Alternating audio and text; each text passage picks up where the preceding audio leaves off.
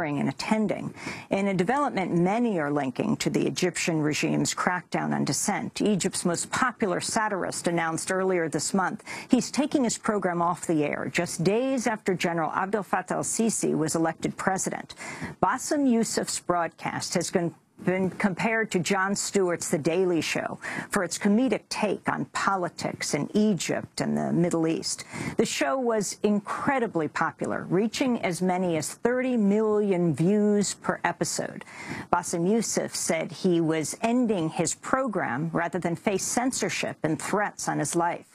Youssef was vague on the pressure he's faced, but suggested that the military regime has made it impossible for him to continue. Earlier today, Bassem Youssef, who is a heart surgeon by training, spoke here at the Deutsche Welle Global Media Forum. Fear sells. Fear works. Fear makes you get away with anything. And when people are afraid, they will not accept logic, let alone satire. Fear can drive the masses. Fear can turn them into ruthless organisms devoid of human mercy and intellectual logic. Fear can drive humans to give up their best ever given trait, humanity. Under fear, they accept taking away their rights to object, to oppose, and even applaud taking away others' people's rights. Under fear, fascism becomes coveted, and human rights becomes an indecent word. Our job was to expose those irrational fears, to dissect through the unfair use of such human basic instinct in order to give up basic human rights and needs.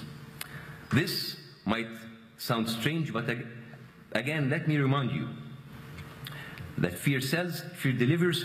Fear is much, much more stronger. Fear might be the greatest mover of masses ever. You have experienced this during your history. The world has experienced Nazism, fascism, McCarthyism. All were movements that used fear, xenophobia, and empty, vicious rhetoric in order to control the masses. 60 years later, those techniques are still valid. We saw how the most advanced democratic countries used fear to drag the whole war into war, like the Bush years in America. Their main weapon was not a state-of-the-art aircraft carriers or stealth fighters, but good old national scare fear. Fear is the favorite weapon of all. Democratic countries, autocratic countries, religious states, and terrorist groups. It's the favorite brand of all. Fear sells, fear works, fear is a winner. Satire and comedy might be one of the very few antidotes against fear. It liberates your minds, it sets your judgment free. And that is why it is a threat. And that is why people who use satire will be alienated, marginalized, or even scared off. It doesn't matter if it was a government who thinks that they are closer to God than you, or a regime that believes that they are more patriotic than you. You, as a satirist, has no place in the world. It is a world where fascism is celebrated and where fear rules. But satire comes to disrupt such an equation. Because when you laugh, you cannot be afraid anymore. And thus, the system will make sure to eliminate that powerful weapon of laughter in order for fear to set in. But maybe there is a small beacon of hope. Maybe change will come from the most unexpected places. The world today is a young world. Youth are connected now more than ever. The internet and the open skies offers an opportunity that was not there many years ago, when regimes can get away with anything. When we started on the internet 3 years ago, we might be at that time, the only one in our country who did that with such a unique idea and format. But now the internet is full of young people coming up every single day to combat fear, intimidation, and media deception. We were too big to be allowed to continue, but by the time we were banned, the change has already happened. Stopping the show might be viewed as a sad ending, but we would like to look at it as a new beginning. We have inspired a whole generation to go out there and express themselves in their own way. The old techniques of the 40s and 50s won't cut it with those youngsters. The propaganda that worked for their parents' generation won't be able to control them anymore.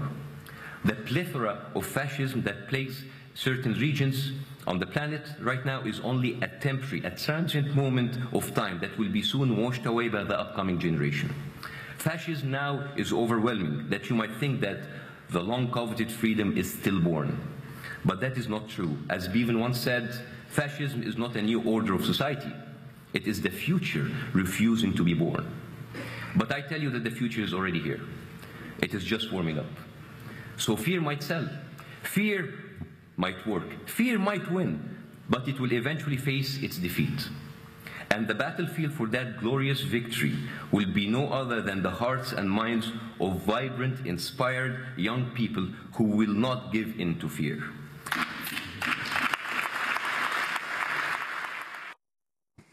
That's Bassem Youssef, Egypt's most popular satirist, speaking here at the Deutsche Welle Global Media Forum in Bonn, Germany. The Committee to Protect Journalists awarded Bassem Youssef the International Press Freedom Award in 2013. He received the award from Jon Stewart of The Daily Show, the comedian to whom he's most frequently compared in Egypt.